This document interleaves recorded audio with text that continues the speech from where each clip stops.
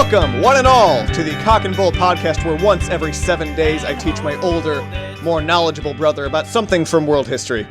My name is Spencer Faust. My name is Nathan Faust, and at Black Agus, your name is Peaches. Nathan, how you doing this week? I'm delightful. If you can't tell, I listened to Patton Oswalt's special, Feeling Kinda Patton. You should listen to it. It's better than this. Ah, good. The plug that will never return on investment. It's a tradition. It's a tradition.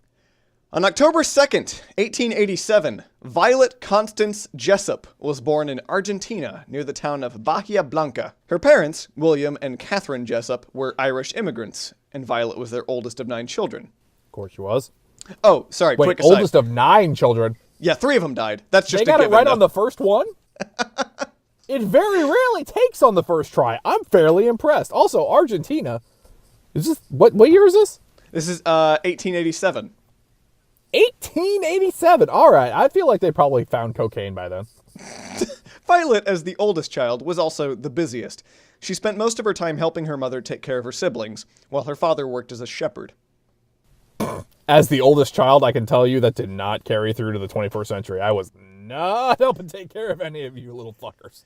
Well, Nate, I remember you worked tireless shifts at the Target mine. Yep, that was absolutely true until they fired me for theft. That's a good story for another day. Didn't steal. Let it be known. Fuck you, Target. At a young age, Violet contracted tuberculosis. Like you do. Given what we know about the disease, it's impressive that only 3 of her siblings ended up dying. But what's more impressive is that she managed to survive her bout of TB, despite doctors giving her less than a year to live. Wait, so she got the TB, killed 3 of her siblings, and survived? Mm-hmm. Oh, I'm sure this will end well for her. Now, when Violet was 16, her father died of a botched surgery. I shouldn't have chuckled at that, but I don't know why. Anytime I hear of a botched surgery, I think of it like a botched boob job. And I just imagine him getting sweet, like butt implants and it going wrong. The family packed up and moved to England, because apparently Dad was all that was holding them down in South America. Okay, I feel like their life's getting better. This is not the way these podcasts usually go, but keep going.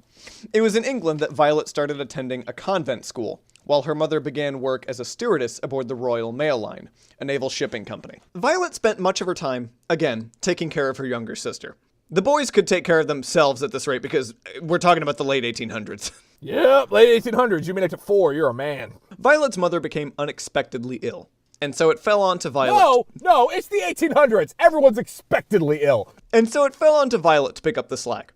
Violet left the convent and looked for work as a stewardess, just like her mother. Now, Violet, 21 by now, was very pretty by most accounts.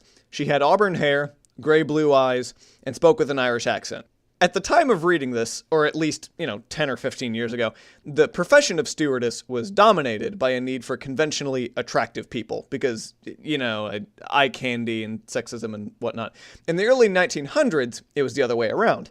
Employers in this line of work didn't want their employees getting distracted by boned-up douchebags looking for asses to grab, so most stewardesses at the time were middle-aged to avoid that kind of problem. Violet, in order to get this job, dressed down and used makeup to appear less attractive. It is the year 2018. Me Too is alive and well, and God damn it, it should be, because we are getting progressive, and I don't know how to be offended by this is the problem. I want to be a good person. I desperately do. I respect our lady people, fist up, lady power, but I don't know which part of this to be offended by. Violet landed the job, though. Despite her efforts to get ugly, 3 passengers, all total strangers, did end up proposing to her while she worked at White Star. Okay. Wait, White Star. No. Fuck you. Fuck off. No. No. Calling it. I've had a little bit tonight, and I still fucking call this shit. Nuh-uh. No, we Titanicing this motherfucker. We are... Pull the Celine Dion. We are going on the goddamn Titanic. Let's go, bitch. Her first real opportunity was with the White Star Company, who ran trips across the North Atlantic. Violet wasn't fond of this company, as her mother often had complained about the demanding passengers that accompanied it. Being a beggar, though, Violet had little choice. She took up the job at 17 hours a day for £2 a month. Now that's the equivalent of 250 pounds today, which, for my brother here, means $345 US.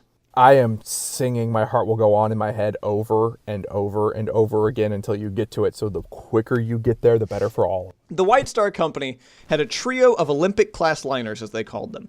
The first that Violet served upon in 1910 was the RMS Olympic, self-named for its liner class. Sure. The Olympic was, at the time, the largest ship of its kind in the entire world, and Violet was lucky enough to serve on it. Lucky, that is, until September 20th, 1911. As the Olympic was passing through the Solent, a narrow oceanic gap on England's coast, it ran parallel to another ship, the HMS Hawke.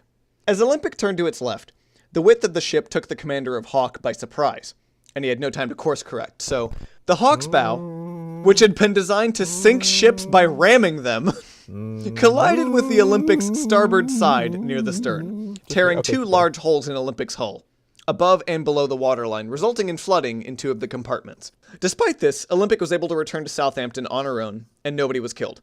Violet escaped that day alongside John Arthur Priest, a stoker aboard the ship who she and many other crewmen strongly admired. Now, those two would soon find themselves aboard their next gig, White Star's next Olympic liner, the RMS Titanic. Ha ha! Yeah, all right. Yeah, I know it. I know some things. All right, let's get on the bow. King of the world! Despite how little it's been talked about over the past 106 years, I'm not really going to cover the hours of content there is to say about the Titanic and how it sank. On April 14th, 1912... he may not be. I am. I'm going to talk about nothing but that. Did I ever tell you the story about that freaking store next door to me when I managed the AT&T store in the Chesterfield Mall? That literally, it was a piano store. They taught piano lessons, and the way they tried to bring people in was they would just play, like, the tunes that the person knew how to play. The only song this bitch knew how to play was My Heart Will Go On by Celine Dion, and only part of it. And she knew how to play the part that was... She played that over and over. 25 minutes continuously this bitch played that song. I almost went over there and throttled her. Okay, that is everything I have about the Titanic. That was close. Since I know you love it so much, I'll give you the rundown. On April 14th, 1912, the ship struck an iceberg late at night. The ship was supposed to have 64 lifeboats, but it was only carrying 20. 4 of them were broken in the collision. The lifeboats could hold 65 people at maximum, and the first boat launched with 28 people. This sounds like a word The Titanic had 16 layers of waterproof hulls, and 5 were torn completely through. The ship could only survive 4 of them flooding, so overall, it was one of the worst disasters at sea, with a loss of life totaling... 25, this is an SAT question. With a loss of life totaling nearly 1,500 people, all of which could have been avoided with regulations that weren't followed. Violet... Take that, fucking Republicans. Violet didn't really want to leave the Olympic, as it was still seaworthy after some repairs. Her friends, however, convinced her that the Titanic was a world-class experience that she simply couldn't miss. I mean, I have seen that movie, and yes, if you have an opportunity to work with James Cameron, you do it. He may be a psychopath, but God damn it, he's going to make you famous. Violet enjoyed her breaks on the Titanic, where she walked to the upper deck and took in fresh air. Now, down below in her chambers, she would then chat with her boss, pray, and rest when she wasn't working. Like they did in that movie. I've never seen the movie Titanic, people. I hope you all have understood this by now. I apologize to everyone. It's just... It's a thing I know. You were this gung-ho to talk about Titanic and you haven't seen the movie? You are cultural osmosis, okay? My wife loves it. I'm late to the game, love Leo DiCaprio. I feel like it's just a thing I have to be a part of. It was in my 5th grade yearbook, which was the first one in color. It was a big deal. Not a very appropriate movie for kids. No! Oh, God, no, we didn't watch... What? I mean, other than that time that she got her tits out, I mean, that was great. I mean, that was a revolutionary moment in all of our lives, but we all got past it. Our brother-in-law has told this story a handful of times, but I believe when he was a kid and went and saw the movie, as they were leaving the theater, I guess maybe his parents didn't expect that titty scene to happen. Well, so why would you? God damn it! No one thinks a movie about the boat sinking. Let's whip our tits out. It's a reasonable expectation. As they were leaving the theater, his mom, very distressed, just turned around and succinctly put it as, some girls got big boobs, some girls got small boobs, and that's that. Oh, God. On the 4th night of their voyage, Violet had settled down with her roommate to read from a book of Hebrew prayers that her father had given her. With her rosemary in hand, she read the prayer and then asked her roommate to read it as well. With her what in hand? Rosemary. Rosemary. Oh, fuck, rosary. No, it's Rosary. Thank you. Okay, I am protecting you from the Catholics. They're out there. They're a feisty bunch. The prayer she read that night was one meant to, quote, protect her from fire and water, she recalled. She failed miserably. She was comfortably drowsy, but not quite asleep when the iceberg struck the hull. Quickly, she made her way topside where officers got her into the 16th lifeboat. As the boat was being cast down into the ocean, an officer leaned over deck and said, "Here, Miss Jessop, look after this baby," and tossed a baby into her lap. Holy shit! Oh, God. Okay, man. Just give it a chuck. Those things are durable. Yeah, no, I mean, I've got one. You can't break them. They're hard to break. The baby was thrown into her lap, bundled in cloth, and Violet indeed took the baby. After 8 hours of rowing to safety, her boat was picked up by the Carpathia.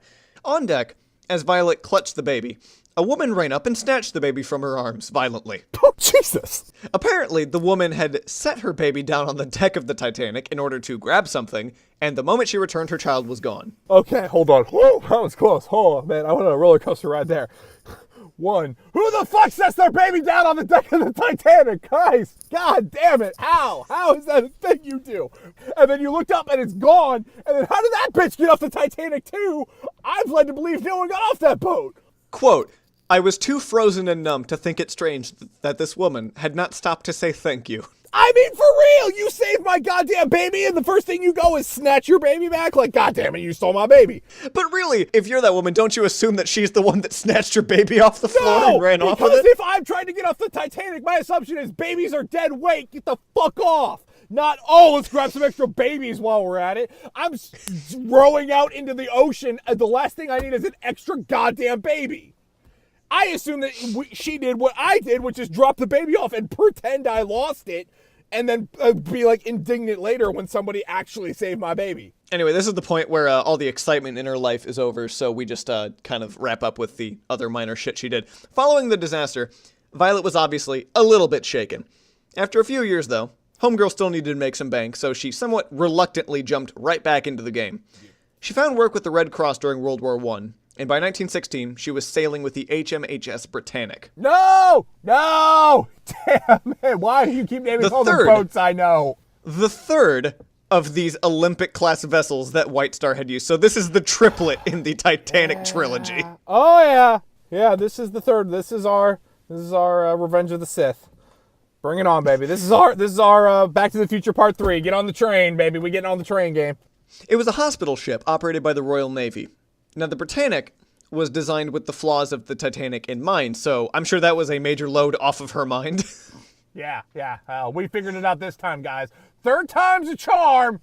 Trust old White Star. What is that like when you're like, okay, yeah, you're signed up with the Britannic, yeah, Red Cross hospital ship and all that. She gets to the dock and she's just like, no! God damn it, I've seen Final Destination. I know how this ends. The Britannic was sailing in the Aegean Sea. Haha, he says with the emphasis of a man that has not just been corrected on that word. Near the Mediterranean, having made 5 successful voyages in the area already. Loaded with wounded and ready to depart, the Britannic made its way back to England with a little over 1,000 passengers. On November 21st, 1916, an explosion rocked the ship as it passed by the island of Key. To this day, we're not certain what caused it, though yeah, most we are. apparent We're absolutely certain. We've uncovered that mystery. It's this goddamn cursed bitch. With it's sinking Super a Jessop certainty. and her goddamn boat sinking powers. We know who sunk it. We spent 20-something minutes yelling about it. With sinking a certainty, passengers made a quick and efficient effort to escape. Forced to leap from the deck as the ship went under, Violet briefly flirted with death as the weight of the boat sucked her back under. After striking her head on the propeller, Violet scrambled to the surface, where she might have almost drowned, were it not for the color of her hair. A crewman was able to spot her, writhing beneath the water in confusion, and she was promptly scooped up before she could drown. The extent of her head injury would only be discovered much later in life when she went to see a doctor about a series of headaches. Her skull had been fractured without her knowledge. Oh, I was hoping she had a giant propeller sticking out of her head, and we just thought no one noticed that for a couple of years. Felt like that would have been really, more. Like, I say she struck her head on the propeller. The propellers are like, what, They're 50 big. feet tall? Like, I've seen them, yeah. No, I've seen the movie. I've seen James Cameron's masterpiece, Titanic. They're big. They're big. I assume they didn't get Wait, excuse me. smaller. I think you directly admitted, like, less than 10 minutes ago that you haven't seen the movie. Not if you edited correctly. Damn it. The white pride, quote, Whoa, what? Quote. Whoa, what? quote, the white pride of the ocean's medical world dipped her head a little, then a little lower, and still lower. All the deck machinery fell into the sea like a child's toys. Then she took a fearful plunge, her stern rearing hundreds of feet into the air, until with a final roar she disappeared into the depths. Why do they make this boat sinking sound like it's twerking? Stop it. Stop it. People were so much more poetic. More importantly, if we're talking about poetry and back then, I feel like poetry didn't die until the late 90s when Celine wrote...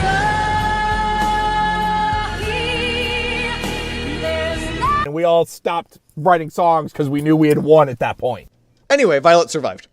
Within 4 years, she was back in business with White Star. But fortunately for her, she passed whatever tests the universe was putting her through, and she was finally done with the shipwrecks.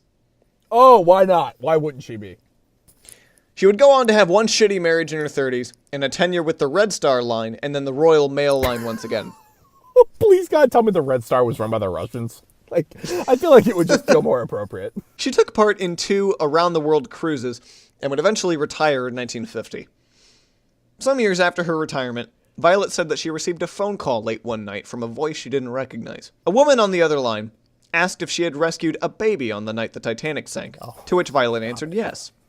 The woman laughed and replied, "I was that baby," and then hung up. No! Why? How? No, that can't be it. What? What kind of fucking goddamn prank call is that? Is your fridge running? No. Well, I'm the one that saved you on the Titanic. Who does this? Though Violet's biographer told her that it was probably a local kid playing a prank, Violet insisted it couldn't be, because she hadn't told that story about the baby to anybody before. Then again, the research of search and rescue records indicate that the baby she rescued was a boy named Assad Thomas, so she might have just been a little senile. Whoa, pardon? Yeah, the guy, I didn't the boy. see an Assad on James Cameron's epic masterpiece, The Titanic. I feel like I've been lied to.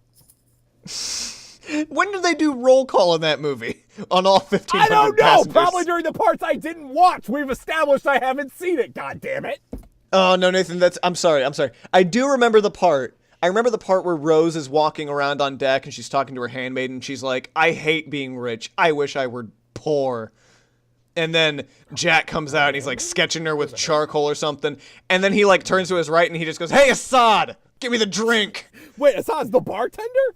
I thought he was the child. I'm very confused. Is Assad the baby handing Leonardo DiCaprio a drink? Like, is there a scene in Titanic where Leonardo DiCaprio is handed a gin and tonic by a baby?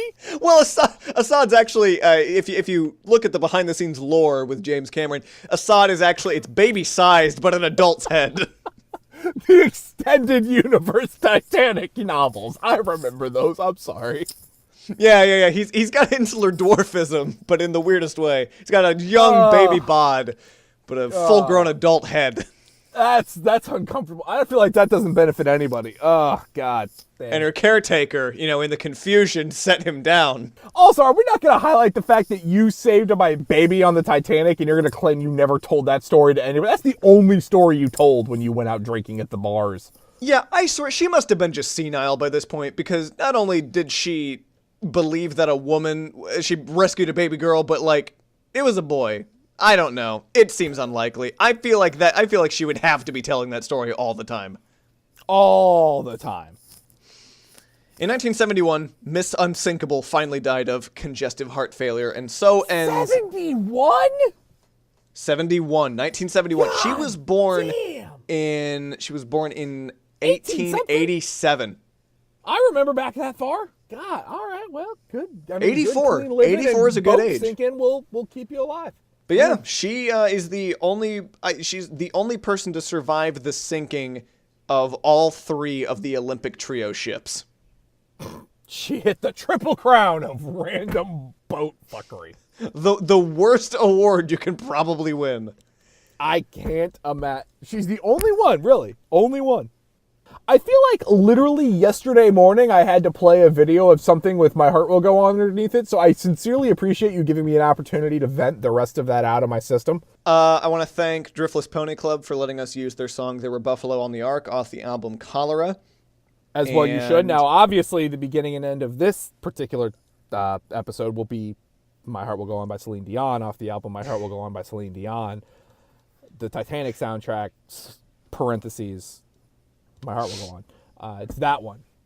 It's just that one. If you're, I love the Driftless Pony Club. They are amazing, and the fact that they let us use their song is impressive. But if you're a true fan of this podcast, you've obviously done the Dark Side of the Moon cut where you sync up My Heart Will Go On to it. So, I mean, we all know what song you're really listening to, but it's cool.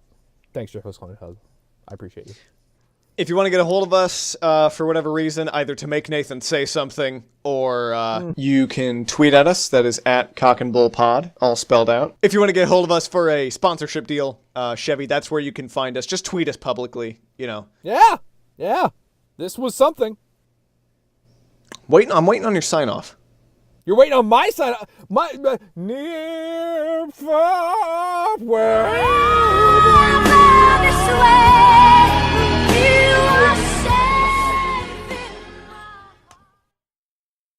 That can't be the end.